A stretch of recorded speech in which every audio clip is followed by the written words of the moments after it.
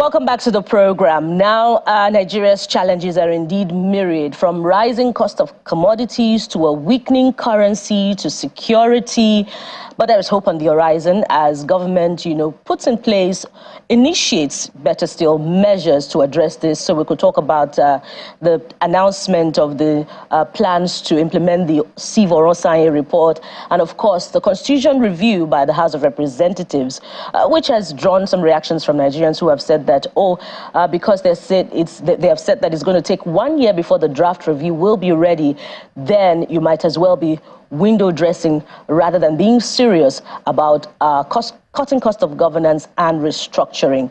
Let's put these issues in proper perspective as we have joining us Senior Advocate of Nigeria, Mr. Adegboruwa, for more insights on these issues. Welcome to the program, Senior Advocate.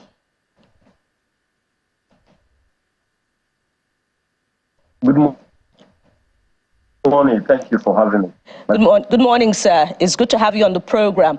Let's start with your reaction to, the looting incident in Abuja. What is it reflective of the current state of the economy? Does it evoke worries about how deep Nigeria has gone in terms of the rising cost of commodities and its impact on the people? Thank you very much. I believe across all states of Nigeria presently, people are experiencing mass hunger as a result of the economic policies of the current administration. And this is also affected by blackouts and power outages in most parts of the country. The effect of the fuel subsidy removal is to impose hardship on the people in terms of moving from one end to the other. And of course, factories are closing down. There is high unemployment. And the cost of living is very high, whilst the earning capacity has remained the same or even lower. So what this means generally is that across all states of the Federation presently, there is crisis of survival on the part of the people. And so it's not just this particular occurrence at the NEMA warehouse, but trucks that bearing foodstuffs randomly attacked and looted. I do not support this in any way at all, because we must have an environment where we can secure lives and property. But it's a reflection of the fact that the economic policies of the current administration are not helping the people of the country. And indeed, these occurrences showcase the frustration that people are going through. You know what they say, that we pray that we don't get to a position where the poor will rise up to be eating the rich. So I think there is a message to the president and members of his economic team that there is need to rejig the system in such a way that will allow for survival of the majority of our people. If you go across parts of Nigeria, you see people fainting, like the video that circulated recently where a woman fainted for the reason that she had not eaten for 3 days. So this is the common lot of many Nigerians in their various vocations, and I think it's a serious matter for the government to look into. Thank you. All right, let's now zoom into the issues. We're talking about two issues primarily. The Constitution Amendment, of course, and the AII Report. So let's begin with the Constitution Amendment, because by August, according to the chairman of that committee, Ben Carlo, who is the deputy speaker, they should have a draft and even submit to the president. I don't know. I know that they're expecting memorandum that has to do with state police, federal structure, issues around state creation and all of that. We're going to say gamut of memoranda. But for you, what are the urgent things we need to address as quickly as possible and fix in the Constitution in this particular round of amendment? And what should be thrown out and not even be considered? Well, since the advent of democracy, after the exit of military in 1999, every regime of the National Assembly has attempted constitutional amendments. My own take generally is that it's a means of finding job for the boys because of the amount involved. And that constitution has remained the same. It's a constitution that claims to establish a federal republic in words, but in action imposes a unitary system on the nation. So the essence of this amendment has not reflected any change in our national life. So I then therefore believe that when there is crisis in the land, people are dissatisfied with the policies of government. I think it's all part of management system of every regime to try to douse tension by giving people some false hope of some kind of amendment to the constitution, which they promise, and at the end of the day, you don't get anything out of it. You remember that in the 7th Assembly, the constitution was purportedly to be amended, and the president rejected it completely. In the 8th Assembly, it was done in piecemeal. The areas where Nigerians expected some kind of change were totally taken down by the National Assembly. Autonomy for local governments, gender parity, importantly, matters of devolution of powers and ensuring true federalism, state police.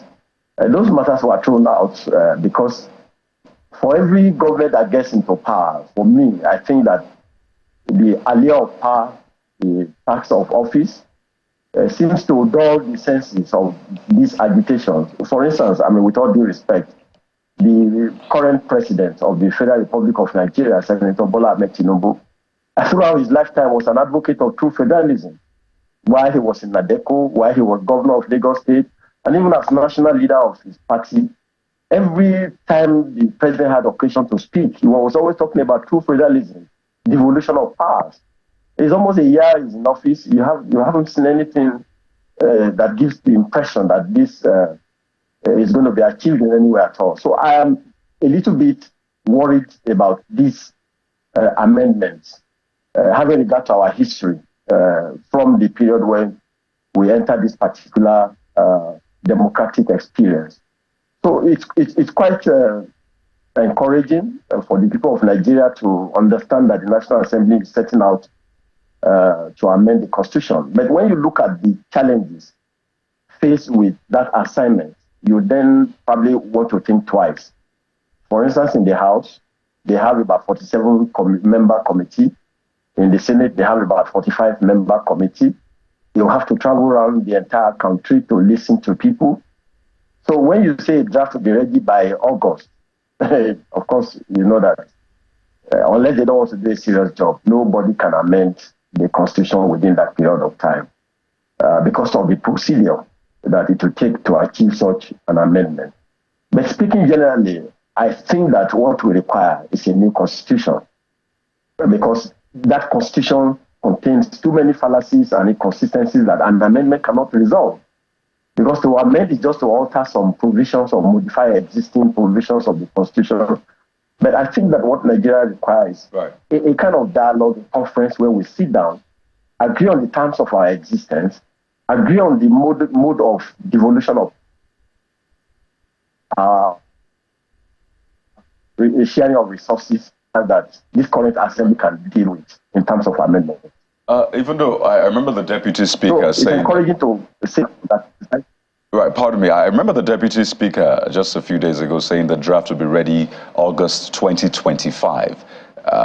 Whether or not that is enough time again, or if it's too long, rather, is another issue for debate. But you've talked about what you think government is trying to achieve, and the successive governments, when they make announcements like this, saying we want to, amend the Constitution, maybe sort of to douse the tension, to show that there's some work being done. So we're saying this in the context of the current reality. If there's no need to fix anything, there will obviously no need to look into the Constitution. So we have challenges with the economy right now, with security. So maybe that can guide the Constitution amendment process. But I'd like you to speak to this government so far. The president had said that, well, having Labour, for example, go on strike 4 times less than a year is unacceptable. We've heard people say, well, it's not a year yet, so don't begin to rate this government or give them pass or fail mark. For you, since we're in that context trying to amend the Constitution, if you will rate this government so far less than a year, what would it be if you are one of those who usually rate before a government gets to a year? Thank you. First of all, is to understand that the present administration is a continuation of the Buhari regime. During the period of his campaign, President Bola Ahmed Tinubu gave an assurance that he was going to continue the policies of his predecessor in office. And so essentially, I believe that this is still the same regime, the same political party, the same manifesto, the same agenda.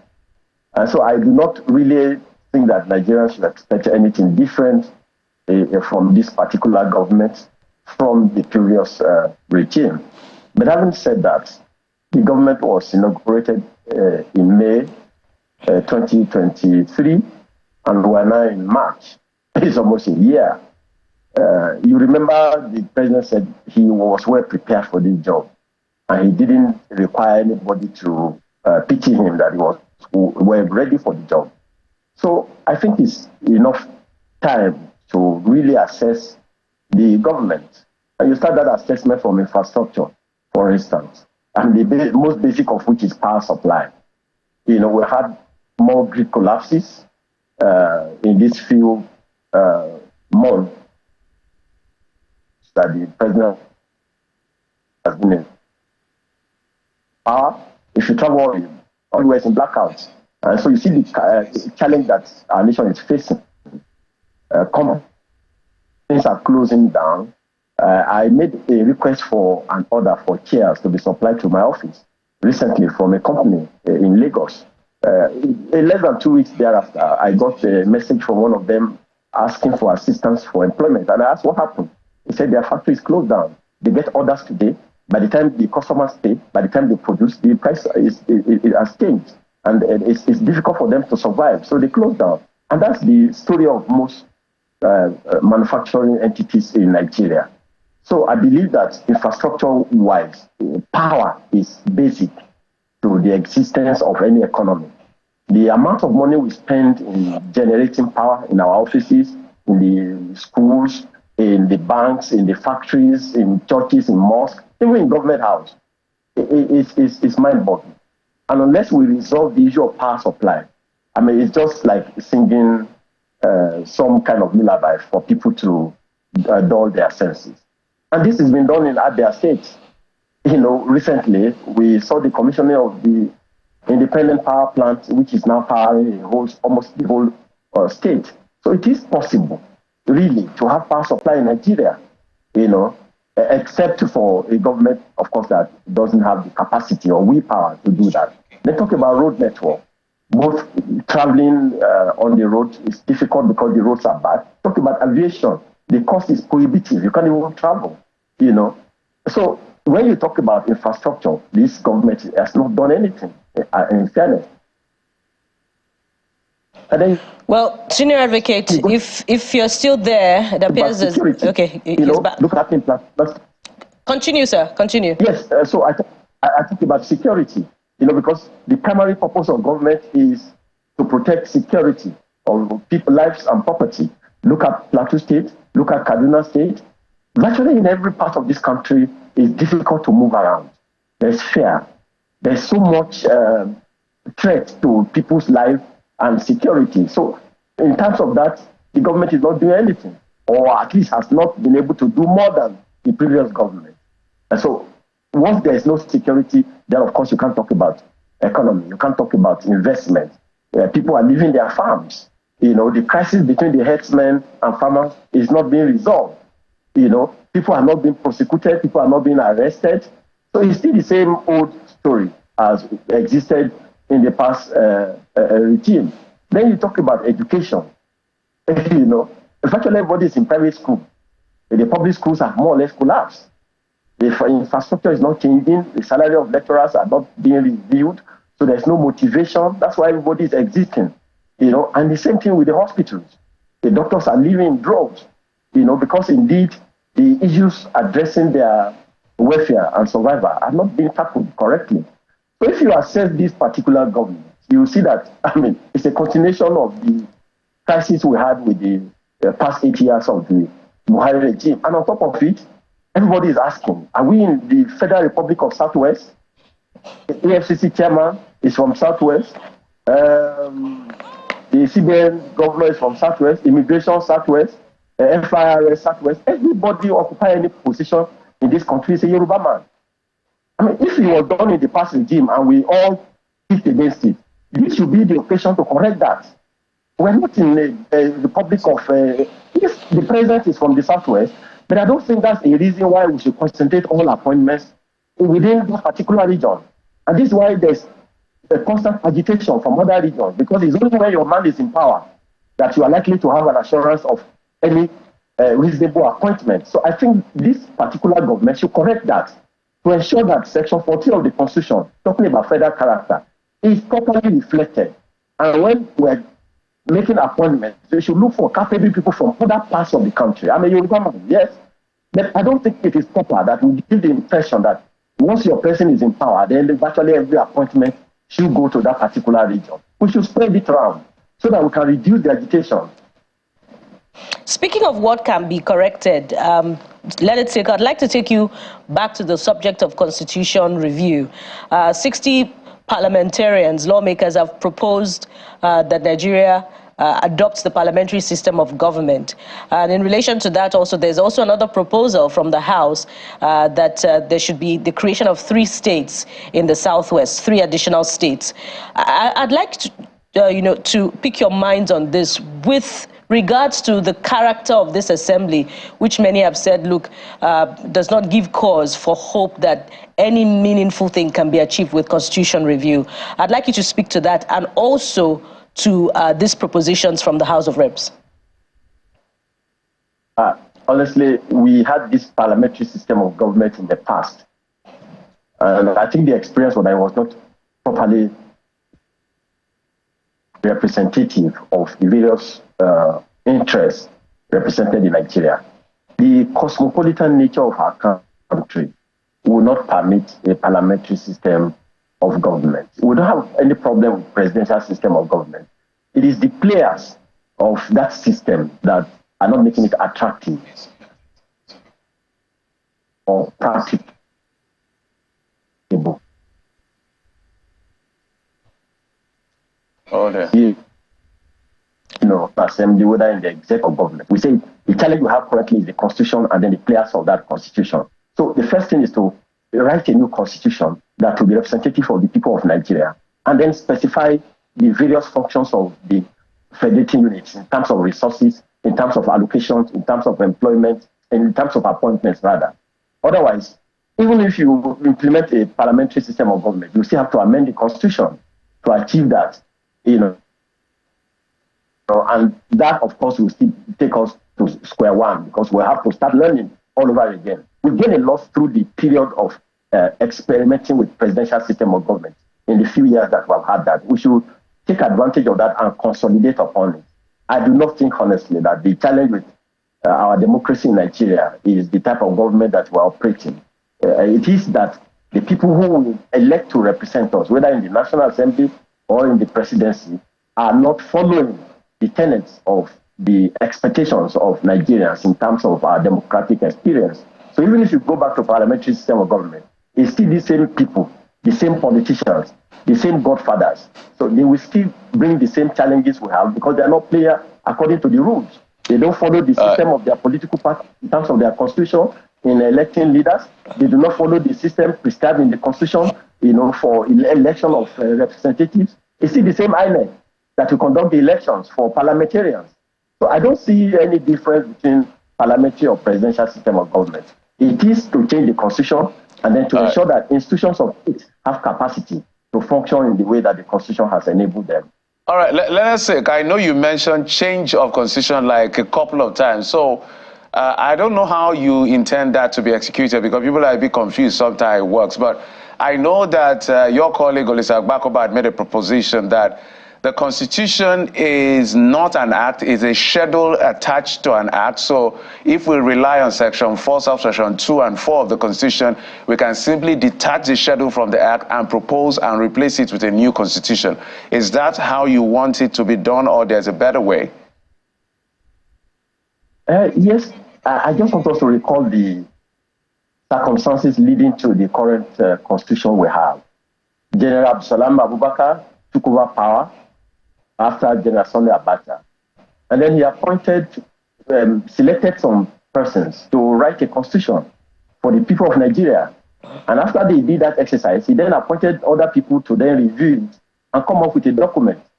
So this constitution we have currently is a product of the military. And the military simply means a central command. That's why you see that, for instance, we have National Judicial Council in Abuja, from where judges are appointed for all the rest of the states. Is that a federation? That's why, for instance, we have the fiscal allocation committee where people go every month to share resources. That's not a federation. So when you understand that background, that we operate a constitution that was imposed on us by the military, there's no amount of amendment you can make to that system that will achieve what we desire for our federation. That's why we agitate for a new constitution that will be doctored and written by the people of Nigeria as represented in the various constituent units, in the various professions. We have a gathering and agree together on the mode of governance, on the mode of distribution of resources, whether we want state police and how that state police will be organized. How can a governor be the chief security of a state and he has no control over the commissioner of police? Is that a federation? You know, and we talk about community policing. Why, for instance, in the Southwest, Amateku has worked successfully, and we incorporate that into the Constitution. So I don't see what amendment you can make to the existing document that was